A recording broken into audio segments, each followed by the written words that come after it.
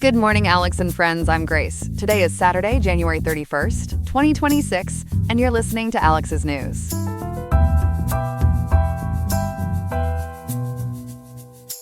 The high in Riverside today is 81.2 degrees, with a low of 58.0 degrees, so expect a mild winter day perfect for getting out and about. Coming up, we'll examine the reasons behind deadly ICE shootings that triggered a U.S. government shutdown and break down why LA County is pushing for a half-cent sales tax increase to protect Medi-Cal funding. We'll also cover other key developments from around the nation and world. All this and more on Alex's News. Stay tuned.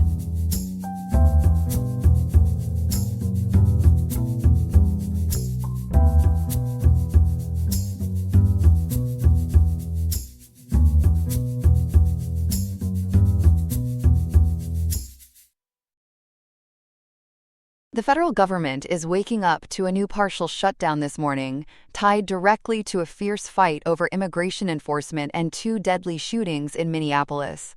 Our political correspondent Ethan is with us. Ethan, what exactly kicked in overnight? Just after 12:01 this morning Eastern Time, funding lapsed for big chunks of the federal government because Congress missed last night's deadline. According to NPR, agencies tied to 6 unfinished spending bills are affected, including Defense, Homeland Security, Health and Human Services, State, and parts of Treasury. It is what they are calling a partial shutdown, because some departments were funded earlier, and some national security operations still run on previous money. Lawmakers in both parties say they expect this to be brief, but for now, hundreds of thousands of workers are either furloughed or working without pay. How does this compare to that marathon shutdown we saw last fall over healthcare? Are we looking at a repeat of that? This one is very different in scale, at least so far. Al Jazeera points out that the shutdown last fall over the Affordable Care Act dragged on for 43 days and cost the economy an estimated $11 billion. Today's shutdown is more of a pressure tactic in the middle of ongoing negotiations, and with the deadline hitting on a weekend, the immediate disruptions will be softer. But the stakes are arguably higher politically, because this one is driven by public outrage over deadly immigration raids, not an abstract policy fight. So what blew up the talks in the first place? They were pretty close to a deal, right?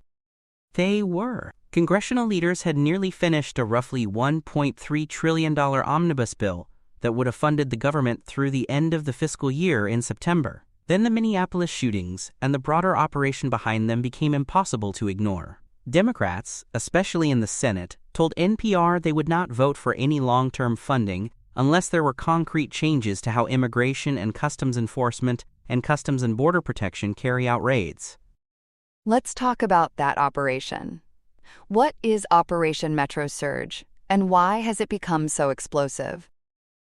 Operation Metro Surge is the name for a sweeping Trump administration deportation campaign focused on big cities, including Minneapolis and Chicago. Homeland Security officials boast that it has led to more than 3,000 arrests by late January, making it the largest immigration enforcement push in modern history. But, as Al Jazeera reports, critics say the tactics are aggressive and sometimes secretive, spilling into neighborhoods and protests in ways that endanger bystanders. The shootings of Renee Good and Alex Pretty turned to those worries into a national crisis. Start with Renee Good. Who was she, and what do we know about how she died?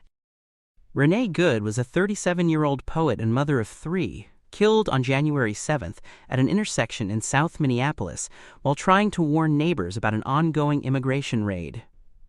According to reporting from CBS News and the Minnesota Star-Tribune, she and her wife were using whistles when federal agents approached their SUV. Video obtained by Reuters and analyzed by the New York Times shows their vehicle either stopped or creeping forward as Agent Jonathan Ross reached inside her open window. As she steered away past his left, he fired 3 shots through the windshield. A private autopsy, which the Washington Post details, found bullet wounds to her forearm, breast, and head that matched shots from the side or rear as the car turned away, undercutting Homeland Security's claim that her vehicle was used as a, quote, weaponized car, end quote, trying to run him over. And there have been questions about the official story beyond the autopsy, right?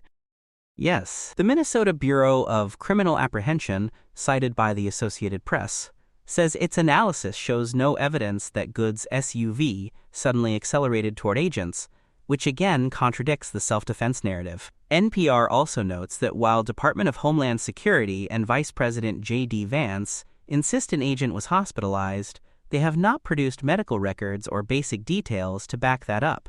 All of that has fueled calls for independent investigations and intensified distrust among local residents. Yet, oddly, the Justice Department is not treating that case the same way as the second shooting. What did they decide on Renee Good? In her case, the Justice Department declined to open a civil rights investigation, saying the circumstances did not meet their criteria, according to NBC News. Instead, the Washington Post reports they directed the FBI to look into her widow, Becca Good, for allegedly impeding officers and because of her ties to local activism. That decision reportedly led to the resignation of 6 career prosecutors from Minnesota's United States Attorney's Office, who felt the priorities were backwards. It sent a powerful message to protesters that officials seemed more interested in scrutinizing the grieving family than the agent who fired the shots. Then came the killing of Alex Pretty a little over 2 weeks later. Walk us through what happened in that case. Alex Pretty was also 37, an intensive care nurse at the Minneapolis VA, and a well-known activist who went out to protest Renee Good's death on January 24th. Video from multiple angles, reviewed by Reuters, the BBC, and the New York Times, shows him filming agents and trying to direct traffic when he stepped between officers and a woman who had been shoved. He was pepper sprayed, then tackled by about 6 agents. A Border Patrol officer shouted, quote, "He's got a gun," end quote. And within roughly 5 seconds, 2 agents fired 10 rounds, killing him. Pretty did have a legally owned handgun in a holster, but, as a preliminary Customs and Border Protection report to Congress admits, and the videos confirm, his right hand held his phone and his left was empty or raised, not reaching for the weapon. Yet top officials quickly used some very loaded language about him. What did we hear from them?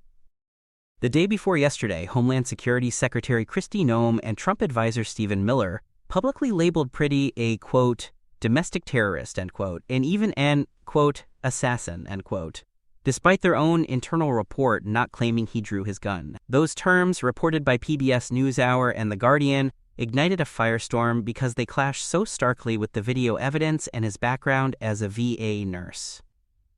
Under enormous pressure from civil rights groups, the Justice Department stepped in and announced a federal civil rights investigation into the shooting. That move highlighted the contrast with their stance on the Good case and raised fresh questions about politics inside the department. And on top of everything, the way evidence was handled has been controversial, especially in Pretty's shooting. What went wrong there? Customs and Border Protection has admitted that agents removed Pretty's handgun from his body and placed it, unsealed, on a seat inside a government vehicle, without documenting the chain of custody, which is a basic rule in any shooting investigation. The state's Bureau of Criminal Apprehension objected so strongly that it went to court, and a federal judge, Eric Tostrud, issued a temporary restraining order on January 24th, barring Homeland Security from altering or moving key evidence, according to the Associated Press. Minnesota Attorney General Keith Ellison has since filed a lawsuit attacking Operation Metro Surge for what he calls reckless tactics that violate the 10th Amendment and put the public in danger. All of that legal pressure is now entangled with the funding fight in Washington. So bring us back to Capitol Hill. How did these 2 shootings end up derailing the spending bill and leading to this shutdown? The bipartisan funding deal was on track until Democrats, galvanized by the Minneapolis killings, refused to support it without real reforms to immigration enforcement. According to NPR, they are pushing for measures like mandatory body cameras, a clear and uniform use of force policy, visible identification for agents, bans on anonymous masks during raids, and a requirement for judicial warrants before entering homes, along with independent investigations when people are killed. Some of those ideas, especially cameras and stronger oversight, now have quiet bipartisan support after lawmakers saw the videos. But others, like limiting roving patrols, have met fierce resistance from Republicans such as Senators James Lankford and Markwayne Mullin, who argue ICE should be able to enforce what they call law and order without new restrictions. Yet the Senate actually managed to pass a deal late last night. What did they approve? Very late yesterday, the Senate passed a large bipartisan package by a vote of 71 to 29, as both NPR and Al Jazeera report. That bill fully funds 5 major sets of programs, including defense, labor and health, transportation and housing, the State Department and national security operations, and key financial agencies through September. But they carved out Homeland Security, including much of immigration enforcement, for a separate 2-week stopgap, so Congress can keep haggling over reforms without shutting down the rest of the government. In a twist, President Trump and Senator Chuck Schumer both publicly backed that framework, which is why many people thought a shutdown might be avoided. If the Senate passed it and the president is on board, why are we still in a shutdown this morning? What's the holdup in the House? The House had already passed its own version earlier and then went on recess, and they are not due back until Monday, February 2nd, just 2 days from now. For the deal to actually become law, the House has to take up the Senate's package, move it through the powerful Rules Committee, and then survive a floor vote. Speaker Mike Johnson is dealing with a very thin Republican majority and deep opposition from the Hardline Freedom Caucus, which hates the idea of carving out Homeland Security and giving ground on ICE oversight. Until they either swallow that compromise or come up with something the Senate and the White House can accept, the shutdown continues. Let's talk about the human side. Which federal workers and services are feeling this right away? The National Treasury Employees Union estimates that roughly 3/4 of the federal operations they cover are affected in some way. That includes civilian workers linked to the Defense Department, big pieces of health and human services like public health research, much of the Treasury Department, including the IRS and the Bureau of Engraving and Printing, and regulatory agencies such as the Federal Communications Commission, the Federal Trade Commission, and the Securities and Exchange Commission. Many employees are furloughed at home, and others, including Transportation Security Administration screeners and active-duty military, are considered essential and must keep working without pay, though the Government Employee Fair Treatment Act of 2019 guarantees back pay once this ends. It is a stressful limbo that many of these workers know all too well from past shutdowns. For someone listening this weekend, maybe planning to travel or deal with paperwork, what might they actually notice over the next couple of days? According to NPR and union guidance, the weekend impact should be fairly modest because many federal offices are closed anyway. Passport processing and some routine State Department services are put on hold. National parks and monuments are expected to close or scale back access, and travelers could see longer airport lines if unpaid TSA officers start calling in sick, as happened in earlier shutdowns. Social Security checks and Medicare payments continue because they are funded separately, and FEMA can keep responding to winter storms using already approved disaster funds. The real crunch would come if this drags into the work week and beyond. If it does drag on, what are the broader economic and social risks? Every extra day compounds the damage. The Committee for a Responsible Federal Budget says even a short shutdown costs taxpayers millions of dollars in lost productivity and delayed projects, and it shakes financial markets, which are already a bit nervous. States like Minnesota are preparing legal challenges and contingency plans to keep programs such as food assistance running if federal funds freeze for too long. And politically, another prolonged closure, so soon after last year's 43-day standoff, could deepen public cynicism about whether Washington can govern at all. You mentioned that last record shutdown over the Affordable Care Act. How is that experience shaping the politics of this one? Lawmakers still bear scars from that fight. Al Jazeera notes that voters blamed both parties for the 43-day debacle, which economists say wiped out about $11 billion in output, even after back pay. Democrats now argue they are drawing a moral line over civil rights and federal overreach, especially after seeing the Minneapolis videos. Republicans counter that Democrats are holding troop pay and border security hostage to placate protesters, even though ICE itself is funded on a separate schedule through next year. Is there any real middle ground emerging on immigration enforcement? Or are both sides just entrenched? There is a narrow path, but it is politically risky. Several Republicans, after private briefings on the shootings, are reportedly open to mandatory body cameras and more transparent use of force rules, which could give both parties a face-saving compromise. The harder questions, like requiring judges to sign off before agents enter homes, or limiting how and where roving patrols operate, are where the White House and many conservatives are digging in. The Washington Post reports that Trump advisors fear their base will see those steps as weakening the border, even though the controversy is now primarily about what happens far from the border itself. And what about the families of Renee Good and Alex Preddy? Where do things stand for them amid all of this? Both families are pursuing legal options, including likely civil suits against the federal government and the individual officers involved, according to coverage from CBS News and the Star Tribune. They have become central figures at rallies, reading Renee's poetry, sharing Alex's medical and service records, and urging Congress not to trade away accountability in a backroom budget deal. Their attorneys are also pressing for televised congressional hearings that would put agents and senior Homeland Security officials under oath. In many ways, they are trying to make sure the shutdown debate does not eclipse the human stories that started it. Finally, looking ahead to next week, how might the ongoing investigations into these shootings shape what happens in Congress? The Justice Department's civil rights probe into Preddy's death is just getting started, but if new evidence of misconduct surfaces, it could strengthen demands for tougher limits on federal raids and for independent oversight. At the same time, DOJ's decision to scrutinize Good's widow instead of opening an inquiry into Renee's killing has already triggered resignations inside the Minnesota United States Attorney's Office and could become a major focus in House hearings. Lawmakers know public opinion can shift quickly as more details emerge, so some negotiators are scrambling to lock in a deal before the investigations reshape the political landscape again. And bottom line, Ethan, what is the earliest this shutdown could realistically end, and what should we watch for? The fastest exit ramp is Monday evening, if the House returns, passes something close to the Senate's bipartisan package, and the president signs it the same day. NPR's congressional team notes that is still the likeliest scenario, which would make this mostly a long, anxious weekend for federal workers, rather than a full-blown crisis. The key things to watch are whether Speaker Johnson can corral enough Republicans, whether Democrats hold firm on immigration reforms, and whether any new revelations from Minneapolis harden positions. If those pieces fall into place, the government could be largely back to normal by early next week. If not, this short shutdown could start to look a lot more like the last one. A lot at stake in a very short window. Ethan, thanks for walking us through it. Thank you, Grace.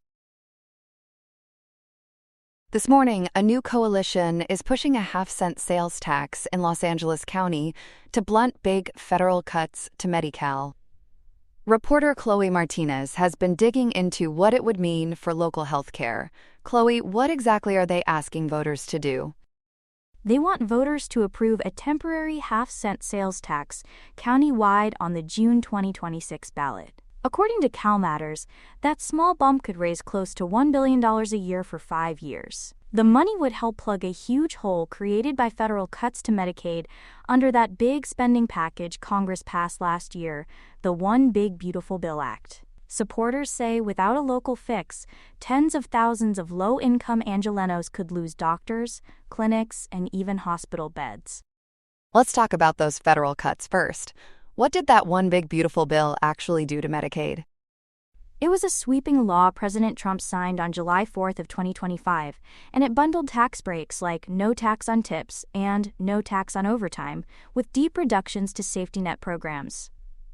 The Congressional Budget Office estimated it would shave roughly $1 trillion off federal Medicaid and children's coverage over 10 years through 2034.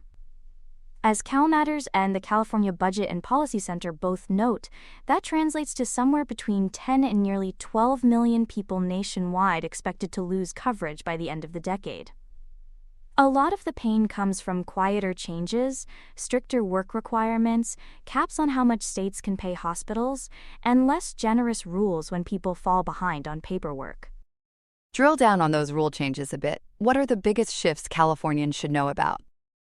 Starting January of 2027, most adults on Medicaid who are labeled able-bodied will have to prove they work, study, or volunteer 80 hours a month, every month, or they can be cut off. The Centers for Medicare and Medicaid Services and the Government Accountability Office both warn that even people who are working can lose coverage if they miss a form or a deadline. On top of that, states will have to recheck eligibility every 6 months instead of once a year, which increases what policy folks call churn, people falling off, then re-enrolling just because of paperwork hiccups. And then there are financial levers. Washington is phasing down the provider taxes and special payment arrangements California uses to draw in extra federal money, which is where a lot of the Los Angeles County shortfall comes from. So how hard does that hit Los Angeles County specifically over the next few years? County health officials told the Board of Supervisors they are staring at a $2.4 billion gap between 2026 and 2028. The Department of Health Services, which runs the big public hospitals, expects to lose roughly $800 million a year once all the federal changes are in place, due to lower reimbursements, disappearing grants, and more uninsured patients. CalMatters reports that could mean up to 5,000 layoffs, clinic closures, and even shutting down some maternity wards. The county warns that as many as half of its roughly 3.3 million Medi-Cal enrollees could see their access to care seriously disrupted. Who's behind this local tax push, and how did this coalition come together? The campaign calls itself Restore Healthcare for Angelenos, and it formally launched just 3 days ago on January 28th in Inglewood. According to CalMatters and news from the states, more than 80 organizations have joined forces, representing over 100,000 healthcare workers. You've got major community clinic networks, like the Community Clinic Association of Los Angeles County and St. John's Community Health, along with big labor unions such as SEIU Local 721 and SEIU Local 2015. There are also advocacy groups in the mix, including the Planned Parenthood Advocacy Project, Health Justice Action Fund, and youth-focused groups like Inner City Struggle. And what role is Supervisor Holly Mitchell playing in all of this? She's really the political quarterback here. On January 28th, the same day the coalition launched, Supervisor Holly Mitchell introduced a motion asking the Board of Supervisors to officially place the tax on the June 2nd statewide primary ballot. In interviews quoted by CalMatters and Public CEO, she's called the Plan A, last resort, forced by what she describes as blatant federal disinvestment in poor communities. Her motion has cleared a health committee and now heads to the full board for a vote set for February 10th, just about 10 days from now. Let's walk through the nuts and bolts of the tax itself. How long would it last, and how much money are we really talking about? Voters would be asked to approve a half-cent or 0.5% increase in the county sales tax for 5 years, with an automatic expiration in October of 2031. The county's Department of Health Services projects and the California Healthcare Foundation echoes that it would generate somewhere between $960 million and $1 billion every year. That still only covers roughly 40% of the expected 3-year shortfall, but supporters argue it buys time while the state figures out a more permanent fix. Importantly, the county is labeling it a general tax, so it needs just a simple majority, not the 2/3 supermajority required for a special earmarked tax. Even as a general tax, they're promising specific uses. Where would they say this new money is supposed to go? The coalition has laid out a pretty detailed spending blueprint, which CalMatters and news from the states describe as central to their trust pitch. Nearly half of the money would go directly to nonprofit community health centers, to keep primary care and urgent visits open for people who are uninsured or get pushed off Medi-Cal by the new federal rules. Roughly a fifth would support the county's public hospital system, including Los Angeles General Medical Center, to prevent cuts to trauma care, burn units, and specialty clinics. The rest would be split among preventative public health programs, struggling safety net hospitals, in-home care services for seniors and people with disabilities, and health programs in schools, jails, and the separate public health departments in Long Beach and Pasadena. Coalition leaders are also promising independent audits and annual public reports, and partner outlets like the Merced Focus note that's a direct response to past complaints that general taxes become slush funds. What happens if the Board of Supervisors decides not to sponsor this measure for June? The coalition has a backup plan. If the board declines to put it on the June ballot, Organizers say they'll launch a signature drive to qualify it for the November 2026 general election instead, which Pasadena Now has reported on. That route is slower and more expensive, and they'd likely be competing with a much more crowded ballot. Advocates argue every month of delay means deeper cuts and more uncertainty for clinics already on the edge. Step back to the statewide picture for a moment. How big is the financial hit to California overall from this federal law? The Nonpartisan Legislative Analyst's Office and the California Budget and Policy Center both estimate that once the federal changes are fully phased in, California could lose about $30 billion a year in Medicaid and related funding. They warn that roughly 3.4 million Medi-Cal enrollees statewide could be at risk of losing coverage or facing serious gaps in care.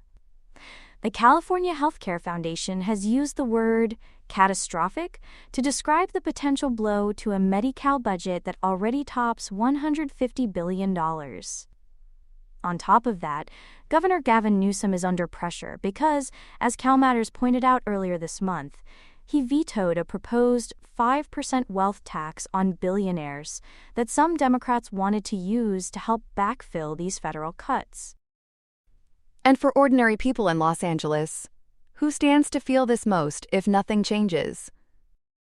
County health leaders talk about a triple hit for low-income families, seniors, and communities of color. In Los Angeles County, Medi-Cal pays for about 40% of all births and around 60% of mental health services, according to County and California Healthcare Foundation data, so any disruption reverberates quickly. If clinics close or scale back, people often end up in already crowded emergency rooms for basic care, which can mean longer waits even for those with private insurance. Advocates for in-home supportive services say frail seniors could also be forced into nursing homes if caregivers, hours, or wages get cut. You mentioned work requirements and more frequent eligibility checks earlier. How might those play out in real life here? The work rules, which kick in at the start of 2027, sound simple on paper but can be brutal in practice. People juggling part-time jobs, gig work, or caregiving often have fluctuating hours, and research cited by the Center for American Progress shows many lose coverage just because of missed documentation rather than actual unemployment. The move to check eligibility every 6 months magnifies that risk, especially for people who move frequently or have language barriers. Los Angeles County officials told the board they're bracing for a surge of churn, where patients repeatedly fall off Medi-Cal, then come back on, which is expensive for the system and disruptive for ongoing treatment. Voters here have seen local healthcare taxes before. What lessons are organizers drawing from other California counties? Alameda County is the example supporters love to point to. Back in 2004, voters there approved a permanent half-cent sales tax known as Measure A, and later reauthorized it as Measure AA with more than 70% support to stabilize their safety net hospitals and clinics. Evaluations from the Blue Sky Consulting Group and the California Healthcare Foundation credit that tax, with keeping Highland Hospital's trauma center open and reducing non-emergency use of the ER. More recently, in Santa Clara County, voters passed a similar short-term health tax in November of 2025, and outlets like San Jose Spotlight report it's now bringing in hundreds of millions each year to offset exactly the kind of H.R. 1 cuts Los Angeles is now facing. Not every tax measure passes, though. What are the pitfalls they're trying to avoid? A classic cautionary tale is Monterey County's Measure Q from 2003. Which won more than 60% of the vote, but still failed because it needed 2/3, and many voters felt the language was too vague. Voter skepticism about blank check general taxes remained strong, and Santa Clara actually saw a lawsuit after its measure passed from residents who claimed the ballot wording misled voters, though a judge ultimately dismissed it. The Loan Institute, which studies hospital financing, has warned that while these local sales taxes can be existence funding for public hospitals, they also feed tax fatigue, especially when combined with city-level measures on hotels, housing, or fire services.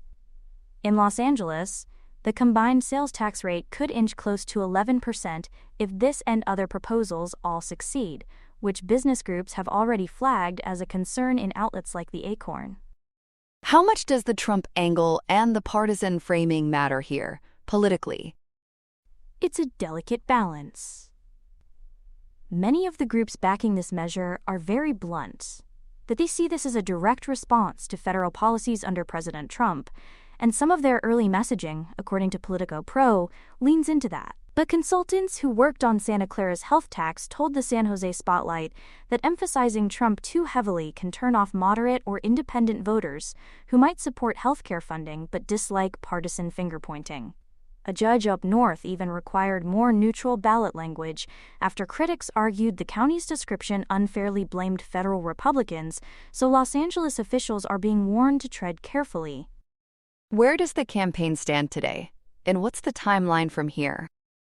Cal Matters describes this moment as the critical introductory phase. The full Board of Supervisors is scheduled to vote on whether to sponsor the measure on February 10th, and they need 4 of the 5 supervisors on board to move it forward. If the board approves it, county lawyers then have to finalize the ballot language and get it certified by March 6th to make the June 2nd statewide ballot. In the meantime, the coalition is holding rallies, buying ads, and circulating petitions. And internal polling reported in small outlets like the Acorn and the San Fernando Sun suggests roughly 58% of likely voters are open to a temporary health tax if they trust the guardrails. In the short term, then, what are you watching over the next few weeks? The big question is whether any skeptical supervisors can be persuaded that this is truly a last resort and not just another grab at the sales tax. Business groups and some neighborhood councils are already warning about cost of living concerns, so we'll see if that softens support. I'll also be watching how Governor Newsom and state lawmakers respond, because if they float a statewide fix during the budget process, that could change the calculus for voters in Los Angeles County. And nationally, if new data from the Congressional Budget Office or the Government Accountability Office shows steeper Medicaid losses than expected, it could either galvanize support for local stopgaps like this or deepen the fatigue around piecemeal solutions. A lot riding on a half cent. Reporter Chloe Martinez, thanks for breaking that down for us. Thank you, Grace. Here are some other headlines. At the United Nations, the organization tasked with keeping the world in order says its own books are dangerously out of order. Secretary General Antonio Guterres is warning of an imminent financial collapse, with cash for regular operations potentially running dry by July 2026. At the end of 2025, member states owed a record $1.568 billion in unpaid dues, and Guterres calls the UN's financial rules antiquated and downright Kafkaesque, requiring it to return unspent money it never actually received. The crisis is compounded by the United States, which under the Trump administration has reportedly withheld $2.196 billion in regular budget payments and another $1.8 billion for peacekeeping. The result: hiring freezes, deep program cutbacks, and a real risk that the UN's $3.45 billion budget for 2026 could be a check the world body simply cannot cash, threatening peacekeeping, humanitarian, and development work to grind to a halt by midsummer if states don't pay up or rewrite the rules. In Washington, the U.S. is clearing the runway for a massive arms lift to the Middle East. The State Department has approved a $6.67 billion weapons package for Israel, including 30 AH-64E Apache attack helicopters worth $3.8 billion and 250 Joint Light Tactical Vehicles, totaling about $1.98 billion, machinery aimed at beefing up border defense and logistics. At the same time, Saudi Arabia, now a major non-NATO ally, has been greenlit for a $9 billion purchase of 730 PAC-3 Patriot missile interceptors to reinforce its air defenses. The sales come as tensions with Iran simmer, a fragile Gaza ceasefire flickers, and talk of possible strikes on Iranian facilities hovers in the background. Critics in Congress, including Democrat Gregory Meeks, accuse the Trump administration of flying under the radar by sidestepping normal review procedures on the Israeli deals. While the State Department insists the packages keep the region stable without tipping the military balance. Back in the U.S., a federal judge has put new limits on presidential power at the ballot box. U.S. District Judge Colleen Kalar-Katali has permanently blocked key portions of a Trump executive order that tried to tighten citizenship verification in federal elections. The ruling bars agencies from screening for citizenship before handing out voter registration forms to people signing up for public assistance, and stops the Pentagon from demanding documentary proof of citizenship from military voters seeking ballots. The court said the White House walked out of bounds, reminding the administration that election rules are largely the turf of states and Congress. The decision protects existing access for low-income and overseas military voters, while the White House vows to appeal, setting up a possible Supreme Court showdown where separation of powers could be the real swing state.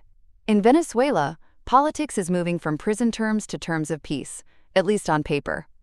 Acting President Delcy Rodriguez has unveiled a sweeping general amnesty law that could free more than 600 political prisoners, from opposition leaders to journalists and activists, for acts dating back to 1999.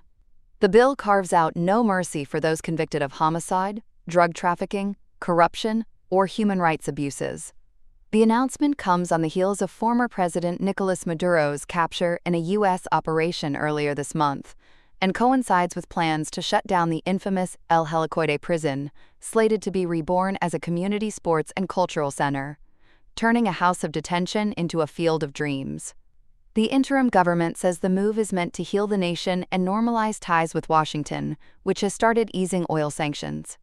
Opposition figure and Nobel laureate Maria Corina Machado calls it less an epiphany than a product of U.S. pressure, warning the law could either unlock democracy or lock in impunity, depending on how the National Assembly handles it in the coming days. And in California, one of the state's largest school districts is heading for a test it didn't schedule. The San Diego Education Association has called a one-day unfair labor practice strike for February 26th. The first such walkout in the district since 1996.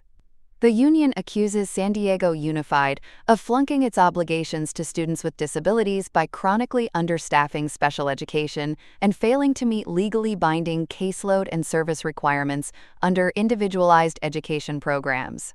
Superintendent Fabi Bagula says all schools will shut down that day for safety, with a makeup class day set for March 9th. More than 90% of union members backed the strike, but the district counters that 97% of special education positions are filled, and teacher pay is already near the top of the class locally. The stoppage will disrupt learning for about 95,000 students, and could be a bellwether as other districts, including San Francisco, study their own strike options, a sign that California's education battles may be moving from homework to hardball. That's all we have for now. Today's episode was made by Alexander King with GPT-5, Gemini Pro 3, Gemini Flash 3, and Google Cloud Text-to-Speech. I hope you have a great day. I'll see you tomorrow, Alex.